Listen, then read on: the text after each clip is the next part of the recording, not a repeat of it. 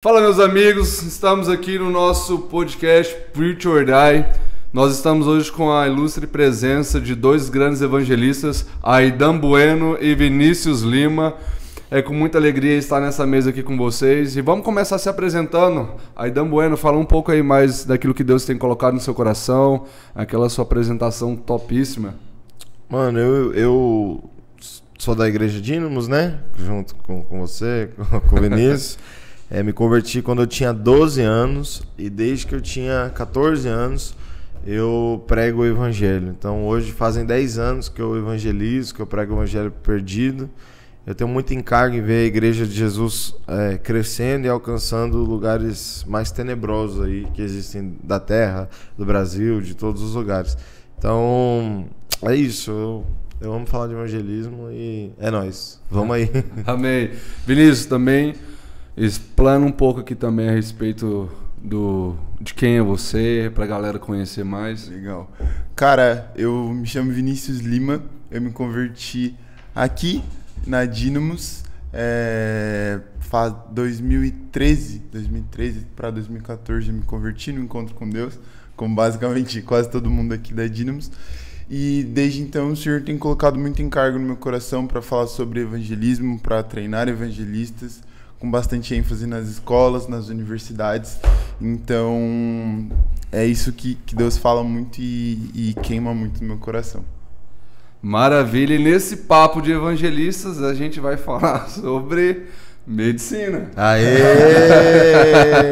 Era isso aí mesmo. Sobre o antídoto.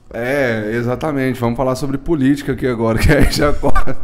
Enfim, nesse papo de evangelista, cara, acredito que é muito importante a gente trazer o prático, aquilo que as nossas experiências formou dentro de nós, para o pessoal que está assistindo. E dentro desse prático, quais seriam as principais dicas assim que foram formadas no coração de cada um no período que já tem de experiência aí peregrinando na pregação do Evangelho? Cara, eu acho que para a gente ser prático no evangelismo, a gente tem que fazer uma divisão. A gente tem que fazer divisão de público que está ouvindo o Evangelho. Então, por exemplo, nós temos vários âmbitos que a gente pode evangelizar. Então, a gente tem um âmbito família, a gente tem um âmbito escola, que é quase igual à universidade, tem suas diferenças, mas então vou colocar a universidade, a gente tem trabalho, a gente tem amigos, a gente tem familiares, a gente tem cadeias, a gente tem... Então, para achar a praticidade de evangelizar em cada lugar, eu divido o âmbito que eu vou pregar. Então, na minha família, existem certas estratégias que eu não vou conseguir usar na faculdade, ou na escola, ou na cadeia. Na cadeia, eu não vou conseguir usar a mesma estratégia, às vezes, que eu uso, com meu pai. Então, o evangelho, ele nunca muda, mas a estratégia para pregar o evangelho sempre muda. Então eu sempre, para ser prático, tento entender e ler para quem que eu estou indo pregar, como que eu estou indo pregar. A minha experiência maior de evangelismo é na rua, né? Com 1 a 1, parando as pessoas. Sim. E tal. Então, quando eu vou evangelizar dessa forma, eu tento ler ali a pessoa, se eu consigo ter uma amizade com ela, se eu consigo pegar o número dela, o Instagram dela, se eu consigo desenvolver algo que não seja só ali meramente pelo interesse de falar alguma coisa e ela falar assim, eu aceito Jesus, né? Porque eu acredito que muitas pessoas se converteram na igreja por terem caminhado à frente no púlpito, né? Mas isso não é sinal de nada aí à frente, no púlpito, ou levantar a mão. O sinal é quando você consegue introduzir a pessoa no corpo de Cristo, é quando você consegue ver ela desenvolvendo, você vê que ela realmente reconheceu Jesus por completo, que ele é um Deus, mas que tem um corpo, que tem uma igreja. Então, para ser prático, eu divido os âmbitos que eu vou evangelizar, para conseguir ser prático. Perfeito, muito bom, de verdade. Até antes mesmo do Vinícius falar também nessa parte prática, eu acho bem interessante porque... Para um cego, você não vai acenar. como também para um surdo você não vai falar. Ou seja, a linguagem para cada público ela precisa ser diferente. A mensagem é eterna, mas a linguagem é adaptável. Então, para o cego você fala, porque ele vai entender. Não adianta nada a gente pregar uma mensagem que não seja entendível para quem está ouvindo. Da mesma forma, Jesus conectou com a samaritana que estava indo buscar água, pedindo um pouco de água para beber. Então houve a sabedoria para poder conectar. E essa conexão revelou o Pai, revelou quem era o Pai, para não apenas ela, mas como também para uma boa parte de Samaria. Então é sempre importante nessa leitura de campo, a gente de fato reconhecer qual que é o público, a roupagem, a forma como nós iremos nos comunicar. Porque eu acredito muito que, por exemplo, entre o nosso diálogo aqui, qualquer assunto colocado vai ficar entre nós. Ou seja, você vai olhar para esse tema com a sua perspectiva e eu vou olhar para esse tema com essa perspectiva. Aí, dependendo do público, se eu já chego de uma forma religiosa, a pessoa já vai ter uma resposta pronta, ela pode se fechar e não dar atenção para o que vai ser desenvolvido, para o assunto que vai ser discorrido. Então, se a gente primeiro se conecta com a pessoa de uma forma que ela vai entender, aí ela consegue desconstruir aquilo que ela já tinha formado pela parte externa, já tinha formado dentro dela uma perspectiva de Deus, do que é evangelho. E aí quando você chega de uma forma sábia e conecta com a pessoa, ou seja, fala de uma forma que ela entenda, ela vai perceber de fato o que é o evangelho. Já parou para prestar atenção que muitas pessoas, elas viram e falam assim, cara, eu nunca ouvi falar de Jesus dessa forma. Por quê? Porque o Jesus que elas conheciam era o Jesus da história. Eu acredito muito que existem dois tipos de Jesus. Ou melhor, duas formas de nós conhecermos esse Jesus. A primeira, ou nós conhecemos a história de Jesus, ou nós conhecemos o Jesus da história. E quando eu chego e coloco na mesa Jesus, quem me garante de primeira que eu vou saber qual é a perspectiva que você tem a respeito de Jesus? Porque se eu chego e coloco Jesus na mesa, já de cara, numa conversa, numa abordagem no evangelismo, pode ser que a perspectiva que você que está me ouvindo seja apenas de conhecer a história de Jesus. E aí, nessa temática, nesse assunto, pode ser que você conheça um Jesus religioso. Um Jesus que ao invés de estender a mão, está sempre apontando o dedo. E aí nisso pode fechar o coração e acabar travando o evangelismo. Então é muito importante a gente entender qual é o público que a gente está indo. Se a gente está indo num shopping, a gente fazer uma leitura de campo, entender qual que é a pessoa, para a gente comunicar de uma forma que seja entendível para ela. Mas e você, Vinícius? O que você acha a respeito da parte prática, dicas, enfim, sim. Você que também faz alguns evangelismos bem ousados. Hoje aqui só tem faca na caveira. Só tem gente com sangue nos olhos aqui. Bom. Cara, vai muito do lugar onde você tá. Eu acho que o evangelista ele tem que ser muito adaptável ao lugar. E aí você pode pensar, pô, eu tenho que ser adaptável, vou perder a minha essência. Não, você tem que entender como você pode chegar de uma forma não abrupta para pregar o evangelho, porque às vezes você chegar de uma forma abrupta para pregar o evangelho, a pessoa vai se fechar, né? Então você precisa saber inserir, tá inserido no meio e aí inserir o evangelho depois. Então, por exemplo, eu já tenho bastante experiência, por exemplo, na escola e na universidade, que foi o campo onde eu mais estive hoje. Então, na universidade você precisa, cara, desenvolver relacionamento. Sim. Relacionamento, não dá pra você chegar, tipo, cara, Jesus te ama, cara, isso e aquilo, e esquece.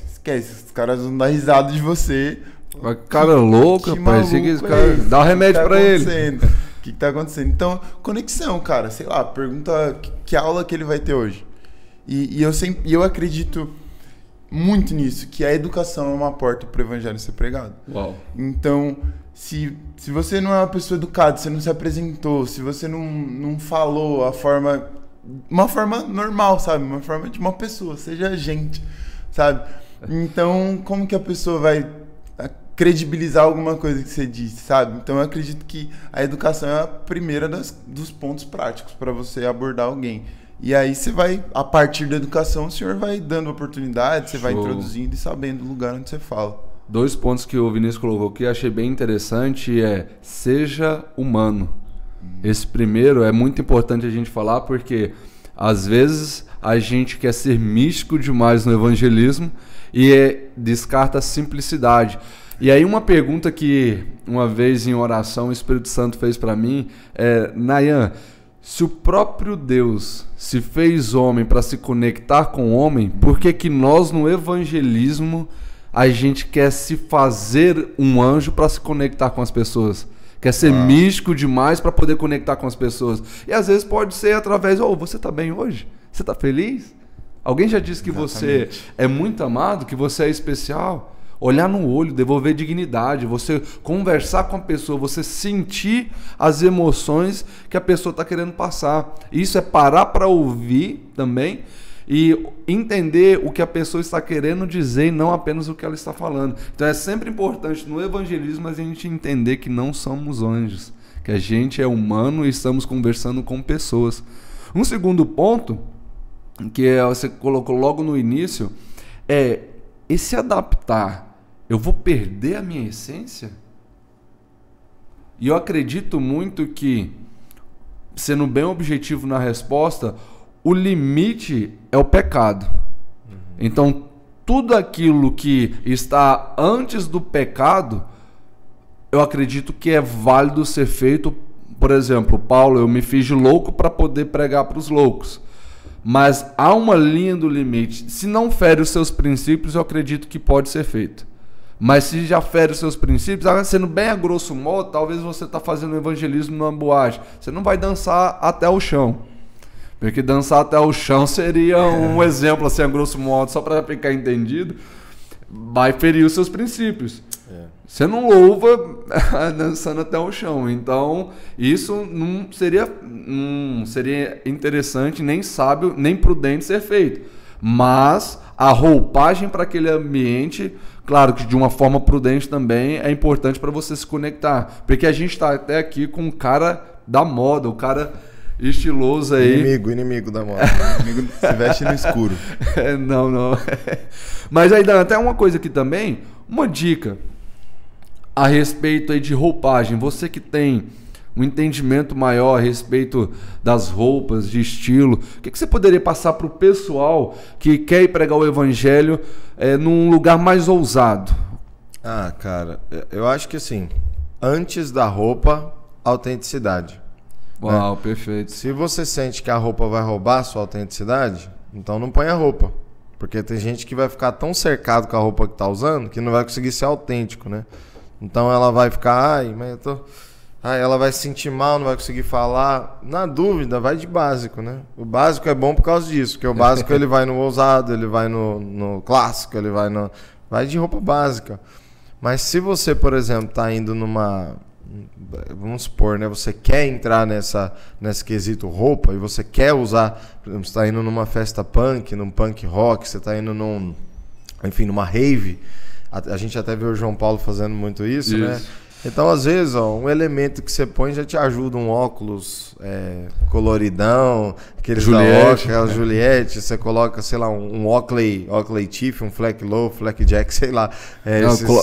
Tá falando em línguas pra mim, os tênis da Oakley aí.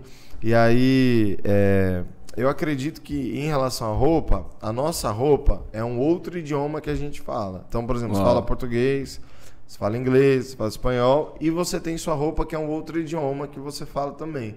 Porque antes da pessoa ver o que você está falando, muitas vezes ela vai olhar para sua roupa, ela vai olhar para sua aparência, ela vai olhar... Por isso que eu sou a favor que os evangelistas se vistam para ir pregar o evangelho. Não com roupa cara, não tem nada a ver com sair comprando roupa. Mas tenha a mínima decência de escovar os dentes, né? De estar com um bom hálito. Importante, gente. De repente você chega... fecha o coração, né? Importante. Cara, eu já fui evangelizar com pessoa que chegou na cara da pessoa e falou em cima da cara, a pessoa tava assim, ó. Então, tipo assim, isso não é Deus falando comigo de forma alguma. Não, Deus não vem de um buraco profundo desse. Sepulcro caiado. Lázaro morreu na sua boca, aí vem pra fora, Lázaro. Então, o hálito, a gente tem a questão do cheiro, né? Tipo um CCzão brabo, pelo amor de Jesus Cristo, compra um desodorante, leva até no evangelismo, porque às vezes você vai evangelizar a noite inteira, é normal você venceu, mas é bom você levar o desodorante para ir fazendo a manutenção, um lenço. Até uma dica para os líderes, sempre compra uma cartelinha de Trident lá para distribuir para sua equipe, porque isso é muito bom. Então assim, isso tudo, não é que isso é evangelismo ou isso é espiritual, isso na verdade a gente deveria ter aprendido em casa, é algo básico, né? É algo que a mãe, pai tem que ensinar, mas se a gente está indo para a rua e na igreja a gente lida com todos os tipos de pessoa, com quem teve educação, com quem não teve, e a gente vai acabar tendo vários evangelistas, o ideal seria que a gente os ajudasse. Então tudo isso não é evangelismo, mas tudo isso facilita. Eu ouvi alguma frase de um pastor americano que ele tinha um culto assim intacto, né? E a crítica a esse culto das pessoas sempre era: é show, não é culto, é show, não é culto, é show. Não é culto, é show. E aí eu falei um dia pra ele, falei: pastor, você já ouviu essa crítica que a igreja aqui não faz um culto, faz um show? Aí ele falou: Aidana, tudo que eu quero ser é um facilitador da pessoa ter um encontro com Deus. Uau. Então ele falou: eu facilito a vida dela, eu facilito ela entrar na igreja com um cheiro bom, eu facilito na igreja ela entrar, ter alguém sorrindo para ela, eu facilito no prédio ela tá ali e ter um ambiente gostoso, um ar-condicionado. Ele falou: eu facilito, porque não tem razão para eu dificultar. A pessoa não quer Deus, não quer estar aqui, e o máximo que eu puder fazer para facilitar a vida dela, para que ela só veja Jesus e não se preocupe com calor, com o cheiro, com isso, com aquilo. Então a gente vai tirando entulhos para chegar no assunto Jesus, entendeu? Uau, incrível. Isso me remete muito ao entendimento de fazer com excelência. Claro que nós estamos abordando pontos naturais, que não é o evangelho pregado isso, mas isso realmente facilita para que a mensagem seja entendida, para que se torne entendível para a pessoa o que de fato é a graça, quem de fato é Jesus.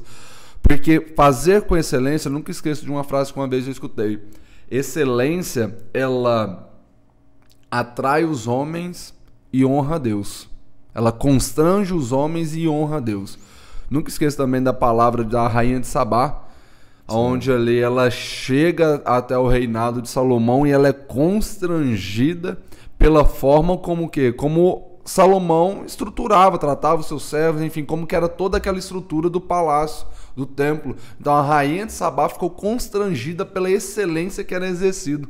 Então eu acredito muito nisso, que fazer com excelência, ela constrange os homens e honra a Deus. Então o fim, até mesmo dentro desse próprio assunto que nós estamos falando, de roupa, de pontos naturais, o fim não é em si mesmo, mas é para que a mensagem venha constranger o coração das pessoas, a excelência venha constranger o coração das pessoas e a semente da mensagem venha dar fruto dentro do coração dela. Então eu acredito que é muito nisso. Até porque eu acredito que eu comecei falando da educação, e a sua educação, a sua excelência no se vestir, seus cuidados básicos, né, de higiene pessoal e tudo mais, isso são portas, cara. Isso são portas que vão te levar a algum lugar. Se eu quiser ir para algum lugar hoje, eu vou precisar de um meio de transporte. E entenda a educação como meio de transporte do evangelho para as pessoas. Você vai se conectar de alguma forma. Pessoa se conecta com pessoa. O princípio básico da comunicação é ter um emissor, um receptor e ter aquela linguagem que tá ali naquele lugar. Então não tem como eu falar de alguém que tá, sei lá, na Europa, talvez eu não fale a língua dele. Então houve algum erro comunicativo aí nesse lugar. Então se você entende que suas roupas comunicam a forma que você fala, comunica, cara, se eu for, sei lá, pregar em X lugar, eu vou falar de X forma, sim. Eu vou falar do jeito que ele possa entender, porque Jesus, eu acredito que Jesus está em todos os lugares, ele é criador de todas as coisas. Então dá para eu introduzir, sim, o Jesus, o meu Jesus que criou todas as coisas, de uma forma que ele possa entender. Um Jesus mais acessível, sabe? E é isso que Paulo fala em Atos, né? E quando ele vai pregar para os atenienses, ele fala: cara, Jesus está aqui também, eu vou falar de uma forma que vocês entendam, eu não vou complicar o evangelho, eu não vou complicar aquilo que... falar de uma forma que você não entende para ser, cara, uau, meu Deus, eu estou impressionado. Não vou usar de palavras persuasivas, eu vou usar o poder de Deus, cara. O poder não está nas nossas belas palavras, mas está no evangelho pronunciado. Porque Exatamente. o evangelho é o poder de Deus para todo aquele que nele crê.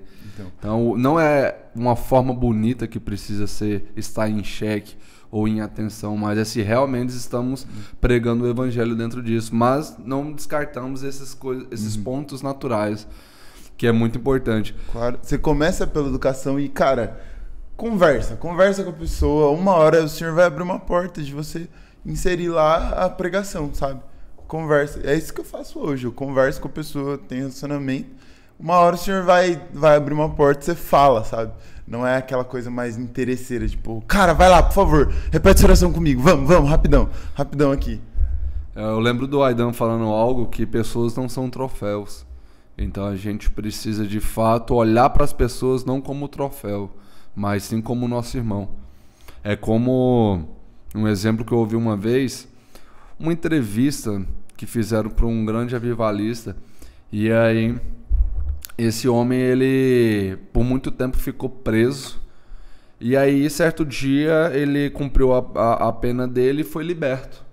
E aí acontece que passou alguns anos depois, ele pega e assim, ele se tornou muito conhecido, e ele pegou e estava com desejo de voltar para a cadeia. E aí todo mundo ficou sem entender por que estava com esse desejo de voltar para a prisão, sendo que o cara estava preso por muito tempo e depois ele foi liberto. Ele estava livre agora. Como que alguém livre quer voltar para o lugar onde estava aprisionando ele? E aí, numa entrevista, perguntaram por que ele estava com esse desejo, o que ele queria fazer. E aí eu lembro da resposta dele ser a seguinte: o meu desejo de voltar não era para a situação que eu me encontrava, mas é porque eu ainda sei que existem pessoas que estão da forma como eu estava, e elas precisam conhecer esse lugar aqui fora. Elas precisam entender que há liberdade. Elas precisam entender que lá não é o destino, não é o fim delas. Então eu achei muito interessante isso, porque o desejo dele voltar não era dele cometer outros erros para voltar para a situação que aprisionava ele, mas não, era para voltar para libertar aqueles que ainda estavam presos, para voltar para falar da verdade. E isso é muito, vai de encontro com algo que está no meu coração, foi tatuado pelo Espírito Santo, que é justamente o quê? Eu acredito que um verdadeiro cristão, aquele que tocou a Jesus verdadeiramente, há um ardente desejo no coração dele de que outras pessoas venham tocar também. Isso é inevitável. Isso até é um filtro, porque se nós conhecemos a Jesus, o desejo vai ser com que outras pessoas também o conheçam. Isso é muito importante a gente estar nos perguntando, será que conhecemos a Jesus mesmo? Será que temos um relacionamento com Ele? Porque é inevitável, a gente vai sair pregando o Evangelho em todos os lugares. Mas também dentro desse tema prático, Aidan, você que já percorreu, foi 18 países, 18 nações, a gente já rodou 2 cidades. 2 cidades, juntando, né? Eu e ele. Brincadeira, mas assim, o Aidan que já foi 18 nações. Dicas práticas também a respeito das suas experiências para aquele que está indo ou tem o desejo de ir. O que você poderia falar? Talvez o inglês, aprenda o inglês, irmão. Como que você vai comunicar com as pessoas sem saber? Cara, assim, ó, eu já recebi muito conselho de missionário antes de fazer missões e em missões. Eu sou alguém que sempre gosto de sentar com quem está fazendo ali e perguntar muitas coisas. Dos melhores conselhos que eu recebi, que eu posso repassar é: ao invés de orar por uma nação que você vai, ore por um povo, para Deus te dar um povo. Então, por exemplo, na África, Moçambique é um país, Zâmbia é um país, mas dentro de cada país tem um povo. Um povo, e esse povo é o que Deus quer te dar. Às vezes você não vai para Uganda, às vezes você vai ficar com uma tribo dentro da Uganda lá, com um povo que é da mesma descendência, da mesma família, um bairro.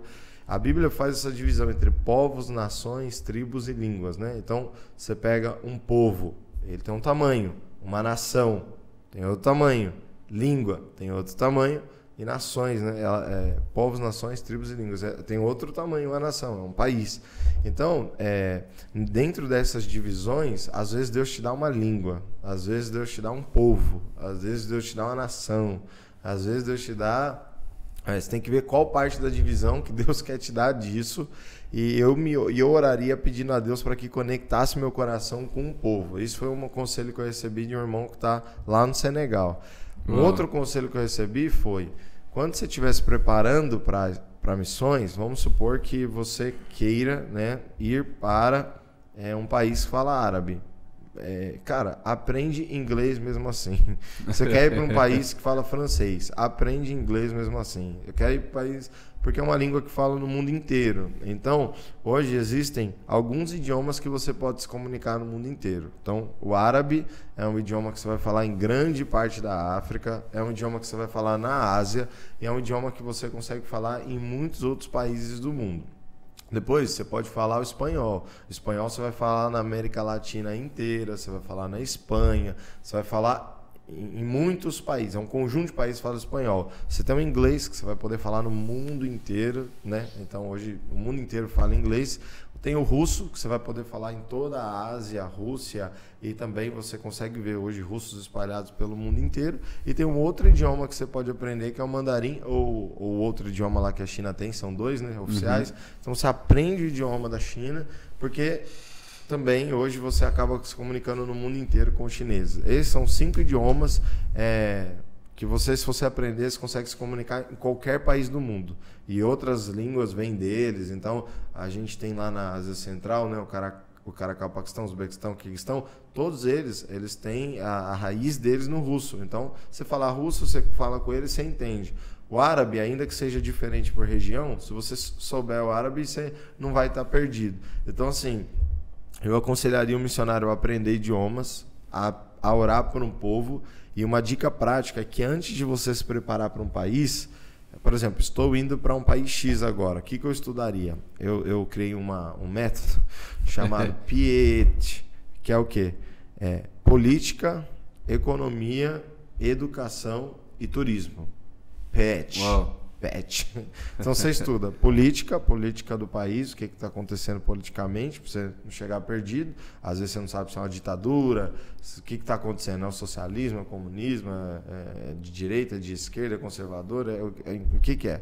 Depois você estuda economia, então como que está o país economicamente, a sua moeda para o país, e como que você vai conseguir se virar lá, quanto que você precisa. Entra no site de locação de hotel, de casa, vê quanto que vai vendo região, vai no mapa, clica por região para você ver qual que é a mais barata, por que é a mais barata. Achei uma região que aqui é muito mais barato para ficar, procura o que já aconteceu nessa região, tenta achar informação disso, estuda economia. Depois a educação, e você, né, para saber com que o povo é educado, quem são as referências dele. Então, por exemplo, você vai para a Ásia, para o Oriente, é um mundo que, assim, cara, parece que você volta 3.000 anos atrás na história. Não tem nem nossas referências aqui, o estudo é completamente diferente. E o turismo, né? Então, por quê? Porque em muitos países perseguidos, países que não se pode pregar o evangelho, ou lugares assim hoje que igreja sofredora, enfim, você tem que estudar o turismo para quê? Para você saber aonde você vai fazer turismo e tirar foto nesses lugares turísticos, e se alguém vir te perguntar da polícia ou algo nesse sentido, você falar que você está fazendo turismo. Você tem que saber o que é o turismo do lugar. Então, todos os países do mundo têm áreas turísticas. Então, a polícia te parou. Eu estou aqui fazendo turismo. A policial te pergunta, mas o que você está fazendo? Qual turismo? Para onde você está indo? Você tem que saber para onde você está indo. Turismo, entendeu? Então, se você se preparar com esse política, economia, educação e turismo, você já está se preparando. E o idioma é muito importante. A gente não sabe o peso de estar num lugar que fala uma língua que a gente não fala, mano. Chega a ser triste, assim. Chega a ser porque você quer falar, seu coração está queimando. Jesus, vou falar. Aí o cara te faz uma pergunta filosófica, que tem 5 sentidos na palavra. Você não sabe nem por onde começar a responder. Aí você vai fazer um turismo na pergunta dele. Aí o cara desiste de falar com você, entendeu? Sabe nem comprar comida. Só comprar Você vai comida. desenvolver lá. Muito isso, muito isso. E você, Vinícius, também assim, pela sua experiência no assunto também de evangelismo, o que você aconselharia às pessoas que têm o desejo de fazer uma missão? Cara, não tenho tanta experiência com missões transculturais, né? Para missões mesmo para outra nação. Mas no que eu tenho de experiência nas ruas e nas universidades, escolas e tal, eu acredito que uma coisa essencial é você conversar com alguém que já fez, talvez. Tipo, cara, é minha primeira vez, eu tenho muito coração pra ir, eu tenho muita vontade de ir. Cara, conversa com alguém. Provavelmente sai de uma igreja, você tem alguém tá lá, alguém na internet tá lá. Sabe, conversa, chama, manda mensagem. Isso é extremamente importante. E, cara, pra mim é isso, sabe? Seja educado, não seja chato. São coisas muito práticas, né? Tipo, o que você precisa pra missão? Primeiro você precisa ter conhecido Jesus e depois você precisa ir, entendeu? Então, pra mim é uma coisa muito prática. Tipo, cara, vai. Claro, tem coisas que você vai aprendendo conforme o tempo? Vai, mas quem não errou uma vez, tipo, evangelizando, sabe? A gente tem muito essa... Acho que nessa mesa aqui não tem nenhum que não errou aqui. Só o Murilo. O Murilo nunca errou. Então, a gente vai aprendendo, sabe? Vai indo. Claro, a gente não tá fazendo apologia ao erro. Mas, cara, vai indo, vai aprendendo, conversa com gente que já fez. E você não saber não é desculpa pra você não ir, sabe? Então tem muita questão de, por exemplo, alguém tímido, alguém com medo, alguém com muitas questões. Então não tem uma dica prática, não tem uma receita de bolo, sabe? Tipo, 3 passos pra você. As dicas que eu tenho é: seja educado, converse com alguém que já foi, não vá sozinho, né? Se for a sua primeira vez, vou pra uma boate sozinho. Cara, não vai, entende? Tenta levar alguém, se for possível. Eu acho que nessa questão de missões também que o Vinícius está falando da praticidade, tipo assim, cara, se você não sabe falar inglês, você quer ir agora. Eu escolhi Moçambique primeira vez porque falava português, entendeu? Então, tipo assim, eu saí de São Paulo, fui para Moçambique porque eu não sabia falar inglês. Eu falei, eu quero ter uma experiência, e foi onde Deus abriu as portas, falava português, falei, então eu vou para lá. Já hoje que eu falo inglês, eu posso escolher esses lugares e tal.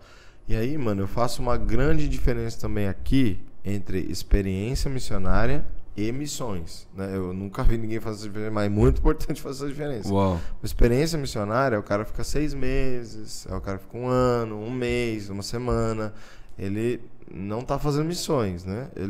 Na verdade, nem existe missões. Todo mundo tá debaixo de uma missão. Missões é um nome muito abrangente, né? A gente tem uma missão. Que inclusive é o indo, né? Não é nem o id, a gente está indo. Então, a gente precisa entender o seguinte: quem está ali tendo uma experiência missionária, você não precisa de muitos critérios, né? Você pode ir até aprender a língua nessa sua experiência missionária, você pode pregar nessa sua experiência missionária, você pode aprender nessa experiência missionária. Agora, o missionário que está fazendo missões ali, que está tipo assim, mano, 8 anos, 10 anos, 5 anos num país quebrando pedra aí, sabe? Para esse cara é indesculpável que ele não saiba o idioma, que ele não entre na cultura, que ele não faça isso. Quem quer ter uma experiência missionária, vai e tem. Aí você, né, usa roupa, descobre, vai e volta, sente. Faz aqueles estudos, política, é legal. E tudo. Agora, não, para qualquer um esse estudo aí. Agora, o missionário mesmo que fala, mano, Deus falou, é tal país, tô indo. Aí a régua sobe. Porque esse cara, ele vai ter que abrir mão da cultura dele, vai ter que abrir mão das comidas que ele gosta, às vezes, vai ter que abrir mão dos lugares que ele gosta de frequentar, porque ele vai ter que se conectar com um povo diferente. Então, tem uma grande diferença entre a experiência missionária e missões mesmo, de estar ali fazendo missão, entendeu? Então, Aidan, eu tenho experiências missionárias, missão mesmo, de anos ali no lugar, eu ainda não tenho. Então, tipo, tem uma grande diferença disso. Igual, eu fui para esses lugares, eu contribuí, eu preguei, não é que um é menos que outro, mas uma coisa não é a outra, né? Como se você tivesse ido para evangelizar nesse país. Ponto, basicamente. Então você foi no ofício de evangelista. Quando você volta, você largou lá e alguém ficou para trabalhar. Esse aí tá fazendo missões, entendeu? Esse cara que tá O cara que ficou pregando lá, as pedras que você quebrou. dando continuidade. Tem uma dúvida da galera, que é qual a diferença de missões e de evangelismo, né? A galera tem bastante essa dúvida. Daí explanar pra gente. Até tomando o lugar aqui do apresentador. Não, mas estamos Não, juntos, então, aqui é uma mesa. É um papo de evangelistas aqui. Pelo que eu acredito, por exemplo, Atos 1:8, quando fala: e descerá o Espírito Santo, ele será derramado e vocês serão minhas testemunhas tanto em Jerusalém, Samaria, Judéia até os confins da terra. Eu acredito que a divisão aqui entre missões e evangelismo, ela tem duas definições. Tem essa aqui que eu vou falar agora e tem uma outra que eu também falo. Mas a primeira é essa, que a diferença entre missões e evangelismo é o lugar geográfico. Então, Jerusalém é evangelismo. Você não precisa trocar de língua, de cultura, de roupa, de nada. Você está evangelizando no Brasil. Aí na sua língua ali. Eles falam que missões é quando você passa para Samaria, Judéia e confins. Porque aí você trocou sua roupa, trocou sua língua, trocou sua cultura, trocou... Então, isso são missões. Porém, se a gente vai para outra teoria, e é o que hoje eu mais creio, é que, tipo assim, eu não acredito que missões, ir para as nações, é para o evangelista, né? Somente. Eu acredito que os 5 ministérios devam ser enviados.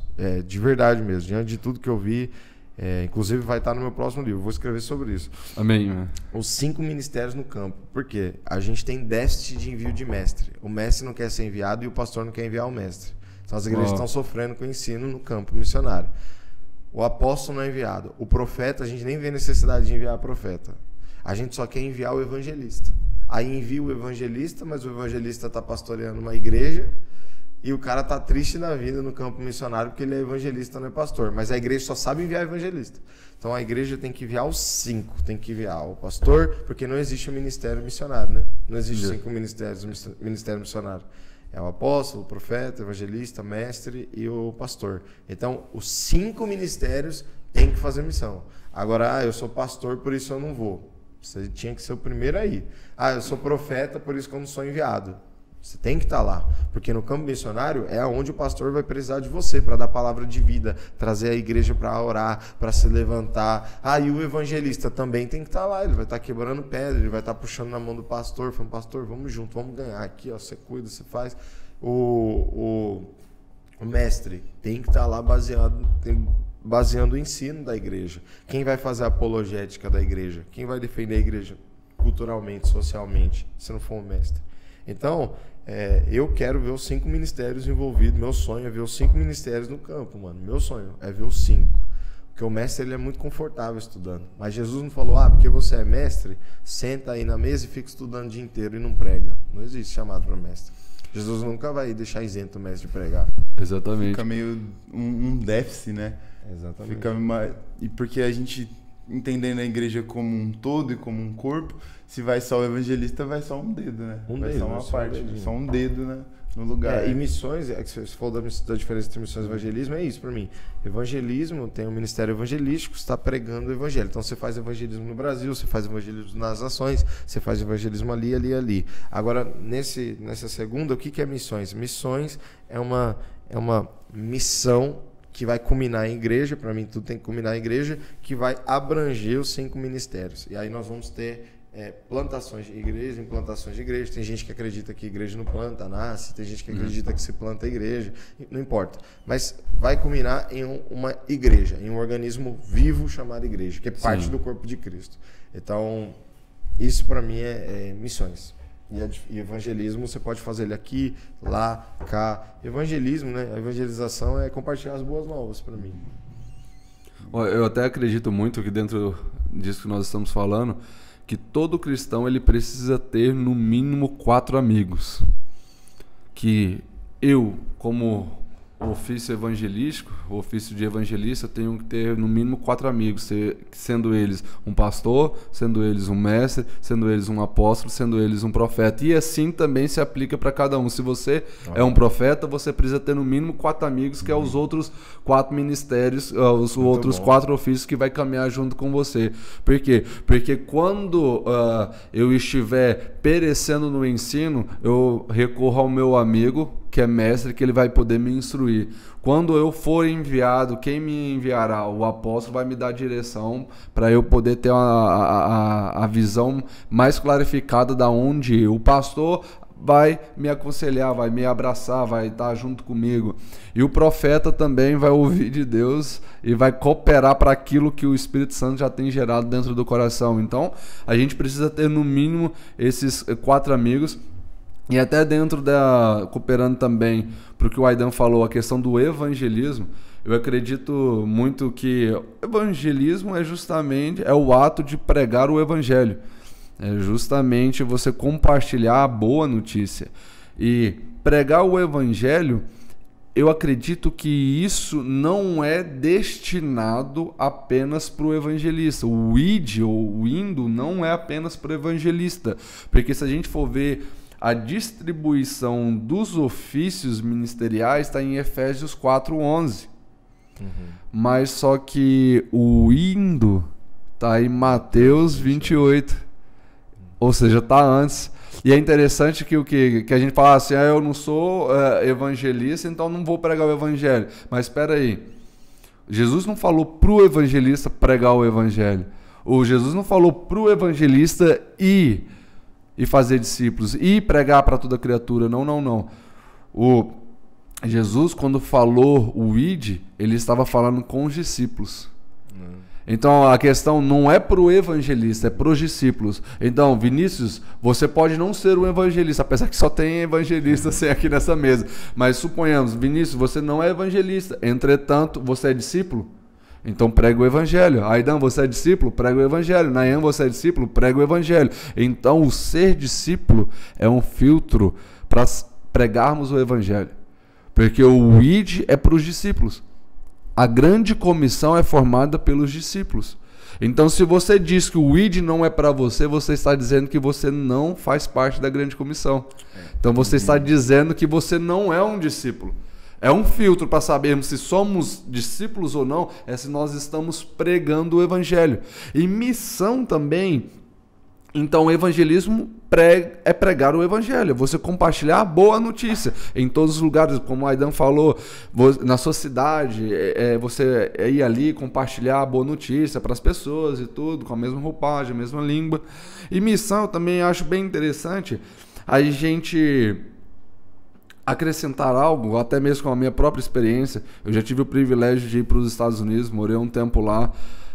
Acredito até mesmo que pelo tempo foi-se feita uma missão. A gente participou de uma implantação, então foi as pedras sendo quebradas, foi diferente de uma experiência missionária que você vai um mês, uma semana, enfim. E nesse tempo, uma coisa que eu percebi é que muitas das pessoas elas têm que tomar o cuidado para não perder diante dos olhos dela qual que é a missão que ela está lá. Então uma dica para você que quer ir ou você está indo para uma outra nação para pregar o evangelho, para viver uma missão, entenda então que o tempo todo você vai estar em missão. Por quê? Porque se a gente perde esse feeling, isso diante dos nossos olhos, a gente vai se cair no engano de achar que estamos apenas turistando. Cansei de ver, eu acredito, Aidan, que você também já viu algumas pessoas que, no meio dessa experiência missionária, elas estavam mais preocupadas em tirar uma selfie para postar no status do Instagram, estragando mesmo, né? Estragando missões. Estragando missões, do que de fato em parar para poder ouvir uma pessoa e ali compartilhar a respeito de Jesus. Não estou querendo condenar você numa missão, você está do lado da praia, não vou na praia porque senão eu vou estar turista. Não, pelo amor de Deus, não vai ser ignorante, aí é ser ignorante. Mas só que a gente precisa entender que nós como missionário eu acredito que é uma junção de uma visão com uma missão. Isso é missionário. Visionário é aquele que só tem uma visão. Aquele que tem uma missão sem uma visão, ele se torna mercenário. Porque ele vai ter uma missão, mas ele não sabe para onde ir. Ele não sabe o que fazer. Ele não sabe aonde. Eu acredito muito que os nossos pés só chegam nos lugares onde os nossos olhos chegaram primeiro. Você pode perceber, aonde você caminha, você só anda para onde seus olhos já enxergaram. Então, da mesma forma como nós estamos indo para uma outra nação, então nós precisamos ter uma visão do que vai ser feito lá, conectada com a nossa missão de estar lá, para que a gente não se perca e acabe se atentando, dando mais atenção para as coisas fúteis, para as coisas que não vão agregar tanto para nós como também para as outras pessoas. Ou seja, você foi para uma missão e acabou que não conseguiu dar êxito para aquilo que você foi fazer. Então é muito importante a gente ter isso em mente, isso no nosso coração. Nós estamos indo para uma missão, então nós não estamos indo brincar. Infelizmente, muitas pessoas hoje levam o evangelho a Cristo como uma brincadeira. Então eu acredito muito assim que o fato de Jesus falar que o reino é das crianças, isso não nos dá margem para o entendimento de que o reino é para os infantis. Porque o reino é das crianças, mas jamais será dos infantis. Então, quando a gente está indo para uma missão e se perde a visão, perde a percepção da missão, nós não estamos com o coração de uma criança compartilhando o pai, mas nós estamos como uma imaturidade, uma infantilidade, nós estamos desonrando o pai onde nós estamos. Sim. Então, é muito importante a gente ter isso em mente. E acredito que nós, já caminhando para o final... a gente vai conversando, é muito bom ouvir pessoas com o mesmo coração, que a gente vai tacando fogo no outro aqui e quando vê a floresta toda já está queimada. Mas enfim, para a gente poder encerrar, alguém quer falar mais alguma coisa, assim, contribuir com mais alguma coisa? Não. Tá tranquilo? Eu acho que já foi tanto xerebanaias um lado do outro aqui, assim, que a gente já tá incendiado. Vamos só encerrar aqui. Tô com o material nas mãos que eu julgo ser extremamente precioso. Aidan, dá só uma palhinha. Aqui pregue agora ou cale-se para sempre. Fala pra galera aí, ó. Vou até... Então, aqui, ó. Esse livro, Pregue Agora ou Cale-se para Sempre, é um livro... Vou ler aqui, ó, o endosso do Marcos Madaleno, lá da Igreja da Cidade. Se quiser apenas uma vida cristã, ok? Fique longe desse livro. Seu conteúdo vai incendiá-lo pelo evangelho e por vidas. Aidan escreve sobre o evangelismo na vida real. Expõe seu coração e mostra como Deus sempre se compromete com aqueles que vão. A mensagem desse livro é urgente, porque de tantas coisas que fazemos como cristãos, evangelismo é algo que tem prazo de validade. Não vamos pregar o evangelho no céu. Leia e pregue agora. Esse livro é exatamente para isso, é para te gerar o senso de urgência. Na eternidade você não vai pregar o evangelho, porque na eternidade não vai ter mais o perdido. Vai ser você e Jesus, e quem foi perdido já foi para o inferno. Então hoje você tem a oportunidade de pregar o evangelho para as pessoas. Pregue agora ou cale-se para sempre. Preach now. Bom, esse aqui já é meu. Essa do Nayan. Esse aqui já é meu. Você que quer, chama aí o Aidan no direct, no privado. No inbox. No inbox. Mas isso aqui não é MSN. Mas isso aqui é um material muito precioso. Também falando aqui, nós estamos com 2 materiais.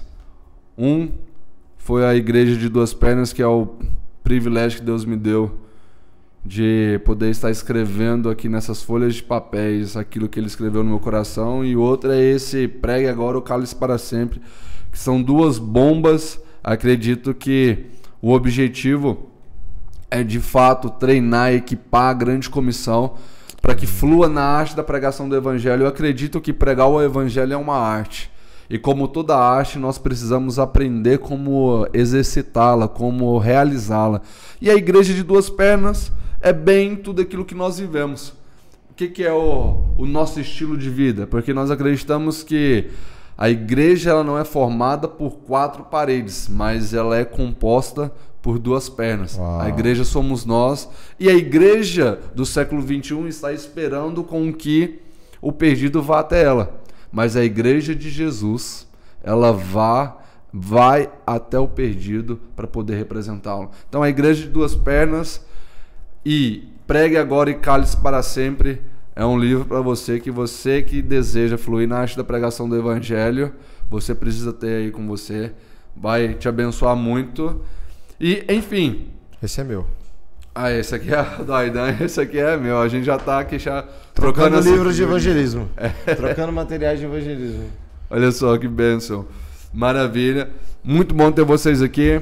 Vinícius, você tem mais alguma pergunta? Eu tenho uma coisa que eu acho interessante falar. Tem uma coisa que eu acho interessante falar. Eu queria até ver a opinião de vocês em relação a gente tem muito conceito, né, sobre a internet hoje. Cara, eu posso pregar pela internet? Cara, como que alcançar essa galera que tá na internet majoritariamente, a geração Z, por exemplo, tá majoritariamente na internet? Cara, qual que é a nuance? O que vocês acreditam por, cara, alguém chega em você e fala, cara, eu gosto de pregar pela internet. Pra mim, o meu negócio é pregar pela internet, eu sou influente. Cara, e como alcançar essa geração Z, por exemplo, que tá majoritariamente na internet? E como tocar elas de alguma forma? O que vocês acham sobre isso? Manda bala. Eu acredito que toda ferramenta, o problema não está nela. O problema está em quem está usando. Então, quando nós dizemos o Instagram é do diabo, não, nós estamos falando errado. Porque, na verdade, ele está sendo usado... Mike Zuckerberg.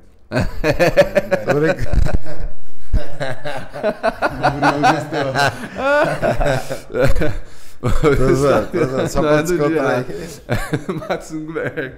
Mas, na verdade, ele pode estar sendo usado para que uma mensagem maligna seja propagada. Gosto muito de um exemplo, uma vez que eu ouvi um pastor, estava pregando na feira. Ele estava com uma caixinha de som e estava assim tentando pregar o evangelho. Quem nunca já passou por isso? Aquela caixinha chiando igual uma caixa de abelha. E ele pregava daquele jeito. E aí de repente chega um carro topado de som. Não sei se São Paulo tem muito isso, mas aqui em Goiânia tem alguns carros que topa, faz a carretona, assim, paredão de som. E aí, tem não. Aí virou esse carro e assim, geralmente é um assaveiro que o pessoal faz, né? Ou um F250. Mas passou, carro cheio de som, topado, tocando uma música, tocando um funk mundano. E aí, o servo, o cara que tava junto com o pastor, falou assim: passou lá, diabo, só porque a gente tá pregando o evangelho aqui, o diabo veio e tampou o som tudo. Aí o pastor virou pra ele e falou assim: rapaz, do diabo é essa minha caixinha aqui, ó. Aquilo lá que é de Deus. Eu tenho que pegar aquele som lá. Vamos falar com aquele cara lá. Vamos pregar o evangelho pra ele. Porque aquele som lá que é de Deus. O diabo é o que não presta. Essa caixinha aqui, velho. Vou jogar esse trem fora. Então, assim, o que eu entendo com isso? Que o Instagram, ele é uma ferramenta, assim como o WhatsApp, assim como o TikTok, assim como, enfim, o Facebook. Essas ferramentas digitais, elas precisam ser usadas da forma correta. Gosto muito de uma frase de um grande homem de Deus. Ele fala o seguinte, que a igreja, ou melhor, o mundo só tem voz onde a igreja se calou. Então, se o mundo está tendo voz nas ferramentas digitais, é porque a igreja está calada lá. A igreja, nós como igreja, estamos calados, não estamos dando voz, ou não estamos, melhor dizendo, sendo a voz de Deus no campo digital. E hoje, geograficamente, se eu poderia falar desse jeito, o lugar onde mais tem aglomeração de pessoas se chama o campo digital. O campo digital é onde as pessoas mais estão inseridas ali, é onde você vê mais encontros. Então, é importante a gente usar com sabedoria o Instagram, porque eu gosto muito também, contextualizando dentro disso, é uma frase mais para o nicho político, mas acredito que pode ser sim contextualizada dentro dessa questão digital. É o seguinte: se você não gosta de política, tudo bem, não tem problema, só que você vai ser governado por aqueles que gostam. Então, da mesma forma, se você não está envolvido com o Instagram, com as redes sociais, ok, tudo bem, não tem problema, vamos dizer assim. Entretanto, você vai ter que consumir os conteúdos daqueles que gostam. E a questão é a seguinte, que hoje existem muitos conteúdos que estão levando crianças a suicídio, levando crianças a deturpação ideológica, levando uma ideologia totalmente deturpada, totalmente distorcida. E cadê nós? Cadê nós como igreja para podermos representar quem Cristo é nas redes sociais? Então é importante, eu acredito que é muito válido a gente se atualizar. Porque da mesma forma, Aidan, se você não atualizar o seu celular, o que vai acontecer? você vai estar fora das configurações da atualidade. O seu celular não vai estar mais compatível com o presente momento. Ou seja, você vai estar desconectado. Então, para que você não esteja desconectado, é importante a gente se atualizar. Então, nessa atualização, com sabedoria, a gente prega o evangelho e vai dando voz, vai sendo a voz de Deus nesses lugares. Então, eu acredito muito que a gente precisa tirar essa mentalidade de que não devemos pregar nas redes sociais, não devemos usar um Instagram para Deus, porque isso é do diabo. Não, eu acredito que a gente precisa se atualizar, ou seja, renovar nossa mentalidade, transformar nossa mentalidade e entender que é necessária essa ferramenta, que nós precisamos sim ser a voz de Deus nelas. Eu acredito também que por muito tempo a igreja também se omitiu em muitas coisas, né? Então hoje a gente tem um déficit talvez de cristãos na arte, na política, déficit de cristãos em diversos lugares. E isso talvez não foi apenas pega, sabe? Mas foi uma omissão ativa mesmo da igreja. A igreja se omitiu nas universidades, a igreja se omitiu nas escolas, sendo que, cara, várias universidades foram criadas por cristãos, sabe? Várias partes da arte tem arte cristã. Cadê os universitários? Cadê os estudantes? Os cientistas cristãos, sabe? Então, por muitos lugares onde a igreja se omite, o diabo vai tomar, sabe? E a gente, por muitas vezes, tem medo, né, de que as trevas apaguem a luz, só que a realidade bíblica é totalmente diferente. A gente tem medo de que, cara, cristão, por favor, toma cuidado na universidade, pelo amor de Deus, senão a universidade vai te apagar, vai matar a sua fé, a universidade vai apagar você. E, sinceramente, eu acho que já passou do tempo da universidade, do trabalho, da sociedade matar um cristão. Na verdade, não é as trevas que apagam a luz, né? É a luz que ilumina as trevas. Então, eu acredito que a internet é a mesma coisa. A luz que brilha, ela dissipa as trevas. A luz de Cristo é o que dissipa as trevas. Então, não é tempo de um cristão defensivo, né? Esperando o diabo atacar nas crianças, nas escolas, nas universidades, nos lugares onde a gente está e na sociedade, porque a Bíblia nos garante que o diabo as portas do inferno não prevalecerão, né? Então, posição de ataque, na verdade, é da igreja. A igreja atacando as ideologias contrárias ao reino, a igreja transformando as trevas, a igreja transformando a sociedade, a igreja como um papel ativo na sociedade. Porque eu acredito que se não gera reforma, que diferença eu fiz para a sociedade? Eu acredito muito, de acordo com isso que você está falando, Vinícius, é que navio nenhum cumpre o propósito parado na beira do mar. Então a gente precisa entender que o navio, ele precisa estar no mar. O que não pode é o mar estar dentro do navio. Isso. Então a gente precisa muito estar atento a isso. E eu acredito que até uma outra pergunta aqui. Preach or Die. Aidan, como surgiu esse nome? Você que é o criador do Preach or Die, do slogan do Preach or Die, esse nome, como surgiu no seu coração? Cara, eu andava de skate, né? Aí tinha a frase Skate or Die. E aí era um slogan de uma marca, não lembro que marca que era. Skate or Die? Acho que era da Thrasher, alguma coisa assim. Aí eu andava de skate, era Skate or Die, Skate or Die. Aí tinha uns vídeos no YouTube que era Skate or Die. Os caras andavam. E aí um dia eu tava com um amigo meu, Todd, na igreja. E aí a gente tava conversando, falou, mano, vamos abrir um canal no YouTube, porque o Preach or Die começou como um canal de YouTube. Uau. E aí, tipo, como canal não, como um quadro de vídeos dentro do meu canal, que era o quadro Preach or Die, que era o quadro de ensinar os outros a evangelizar. Porque o Preach or Die nunca foi sobre, tipo, evangelismo, mas foi sobre treinar evangelistas, treinar a igreja. Então, nunca foi uma parada, tipo, vamos pra rua fazer uma ação na praça. Foi sempre escola, foi sempre ensino, porque eu tenho muito encargo pelo ensino, né? Amém. E aí meu amigo falou assim, bro, Preach or Die, mano. A gente começou a falar as palavras, tipo, die, skate or die, não sei o que. Aí do nada ele falou, Preach or Die. Aí eu falei, Preach or Die, mano, Preach or Die. Bateu um martelo aí, ó, Aí depois de anos, eu descobri que o John Wesley tem uma frase que fala, Every Christian must be ready to die or to preach. Todo cristão deve estar pronto para morrer ou para pregar. Aí eu falei, olha aí, ó. Fundamentou. É o fundamento para pro nome. Mas foi por causa do skate, que eu andava de skate, e aí era tipo... Skate or die, mano. Aí virou Preach or die. Aí eu gostei do nome, é um nome bem forte, né? Prega ou morra. Então, tipo assim, prega agora ou cálice para sempre. Eu gosto desses nomes que joga pro rock and roll. Que tipo, vamos. Então, era isso. Era uma vibe... Eu queria que o Preach or Die na época fosse um estilo de vida, né? Quando eu criei o canal do YouTube. Então, tipo, eu queria postar vídeo viajando dentro de um ônibus, alugar um ônibus, colocar a galera. Era bem um negócio bem MTV, assim, que eu queria fazer. Foi isso o nome, Preach or Die. Eu até...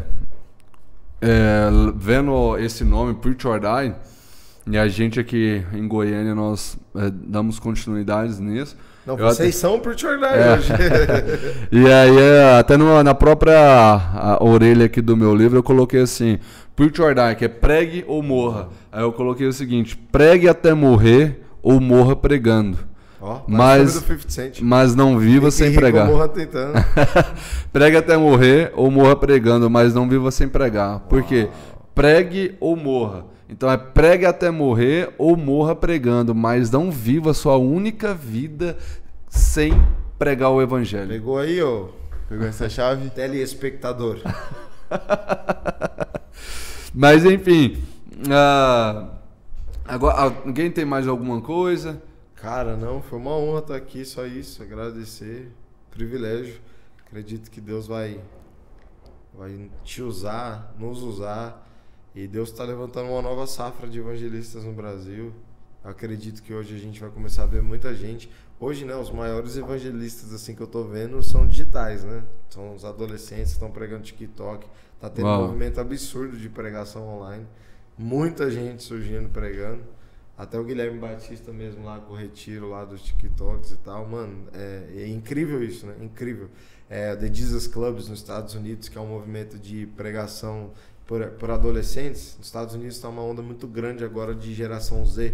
De pregar para geração Z. Geração Z vai ser livre do suicídio. Geração Z vai ser livre. Então... eu acho que Deus está levantando uma galera agora mais nova. Daqui a alguns anos, dias, a gente vai ver muito rosto novo pregando o evangelho, se levantando. E é isso, mano. Eu amo fazer parte disso, né? A única oração que eu faço hoje é: Deus, só me encaixe no que você está fazendo. Não me deixa de fora. Tipo assim, não importa se eu vou ter muito ou pouco, ou eu vou ganhar 1000 ou 200 ou uma pessoa na rua. Só não deixa eu ficar de fora. Deixa eu só participar do que você está fazendo, entendeu? Eu não me preocupo se vai ser eu que vou cooperar para que chova, mas eu só quero estar onde está chovendo. Tá chovendo, porque quem faz chover é Ele. Vinícius, para arrematar então. É isso, é um prazer imenso estar aqui. A gente que está em família, né? Estamos aqui essa mesa família, aqui é uma mesa em família. Só falta uma carninha de fundo de churrasco. Dá um pão de queijozinho aqui, um pão de alho. Esse é goiano, já deu pra ver já. Goiano firme. Goiano. Firme. Obrigado, Nayan. Obrigado, Murilo. Está ali nos backstage ajudando a gente. E, cara, vamos pra cima, vamos pregar o evangelho. Acredito que o Senhor tem levantado trabalhadores, ao mesmo tempo que tem crescido a maldade e a iniquidade, o Senhor tem levantado seus trabalhadores e vamos pra cima. É isso. Bom, quero agradecer vocês, para mim foi uma honra, tanto essa mesa como esses dias aqui, a gente teve o Preach or Die School, foi muito precioso. Foi bom, cara. A gente, acredito que ativamos alguns evangelistas, para os trabalhadores para a Seara, para os campos que estão brancos. Então foi uma honra receber Vinícius, Aidan, vocês que têm o coração em chamas. E a minha oração é para que até o nosso último suor seja derramado como uma mensagem, como uma pregação, honrando a mensagem de Jesus. Então que até o nosso último trabalho venha honrar a mensagem dele. Muito feliz, vocês são incríveis. Tamo junto e pregue o evangelho. Não. Preach or die. Preach or die, prega ou morra.